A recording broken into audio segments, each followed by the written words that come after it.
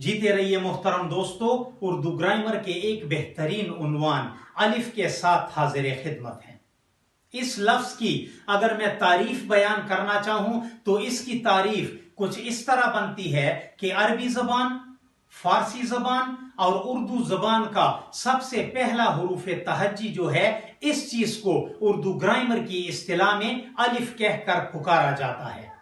इस चीज को फोकस करने की कोशिश कीजिएगा और इसकी तारीफ को सीखने की कोशिश कीजिएगा, क्योंकि बारहा जगह पर यह चीज जो है पूछी जाती है और हमारे दिमाग में इसकी तारीफ बिल्कुल मौजूद नहीं होती।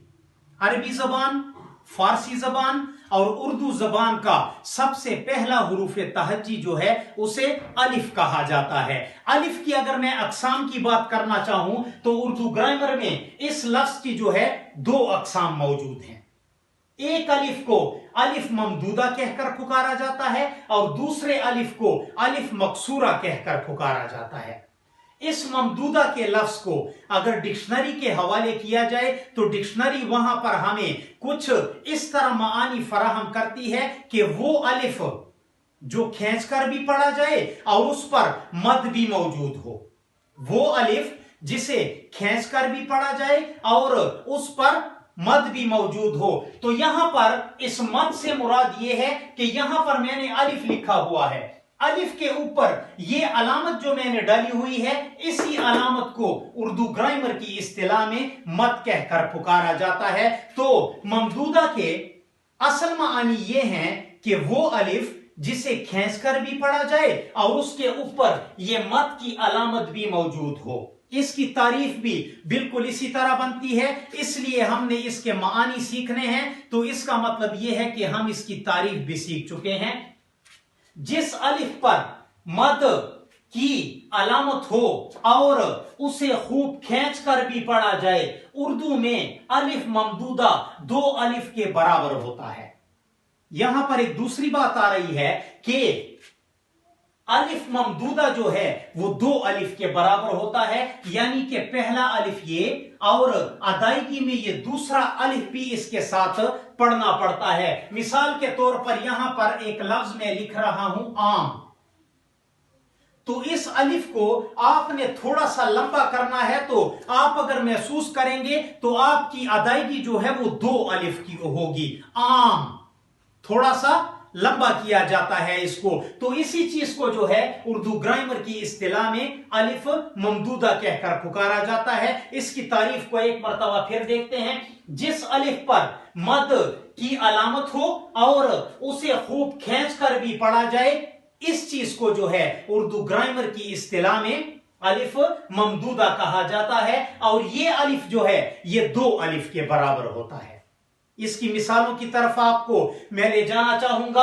आखिरत का लफ्ज है, अगर इस अलिफ पर गौर किया जाए, इस पर यह मद की अलामत मौजूद है, इसलिए इस अलिफ को जो है अलिफ ममदूदा कहा जाता है। और अगर अदायगी पर गौर किया जाए तो यह अलिफ जो है खींचकर पढ़ा जाता है और दो अलिफ की आवाज निकालता है। आखिरत, आखिरत। दूसरा लफ्ज है हमारे पास आप, ये भी अलिफ ममदूदा की मिसाल है, क्योंकि इस अलिफ पर जो है मद लगा हुआ है और खूब खींचकर भी पढ़ा जाता है।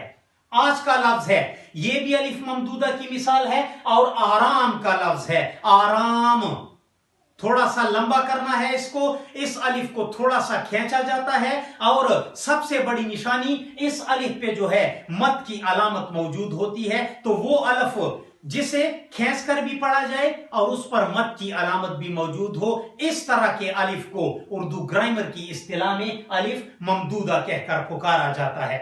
दूसरी किस्म जो है उसको अलिफ मकसूरा कहा जाता है। मकसूरा के लफ्ज को अगर हम डिक्शनरी के हवाले करते हैं तो डिक्शनरी हमें कहती है कि वो अलिफ जिसे खींचकर भी ना पढ़ा जाए और वो अलिफ जिस पर मद भी मौजूद ना हो, इस तरह के अलिफ को जो है अलिफ मकसूरा कहा जाता है। ये डिक्शनरी की डिफिनीशन है और इसकी अपनी तारीफ भी कुछ इसी तरह बनती है। वो अलिफ जिस पर मद की अलामत मौजूद ना हो और उसे खींचकर भी ना पढ़ा जाए, वो अलिफ जिस पर मद की अलामत मौजूद ना हो और उसे खींच कर भी ना पढ़ा जाए, इस तरह के अलिफ को उर्दू ग्रामर की इस्तिलाह में अलिफ मकसूरा कहकर पुकारा जाता है। इसकी मिसालों में आम अलिफ के अल्फाज हैं।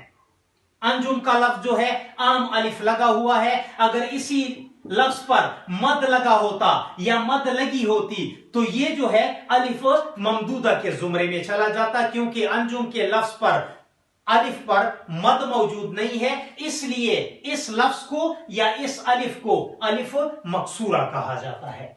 दूसरा लफ्ज है इखलाक, तीसरा लफ्ज है अरमान, चौथा लफ्ज है इन्हिसार। कहने का मकसद यह है कि अलिफ मद आ के साथ जितने भी अल्फाज होंगे उनको खींच कर पढ़ना होगा, उनको लंबा करना होगा। अलिफ मकसूरा के जितने भी अल्फाज होंगे उनको खींचना भी नहीं होगा और उस अलिफ पर जो है मद भी मौजूद नहीं होगी। उम्मीद है कि हमारा ये उन्वान जो है आपको पसंद आया होगा, इसलिए हमें सपोर्ट भी करने की जरूर कोशिश कीजिएगा। अपना भी ख्याल रखिएगा और हमें भी दुआओं में जरूर याद रखिएगा।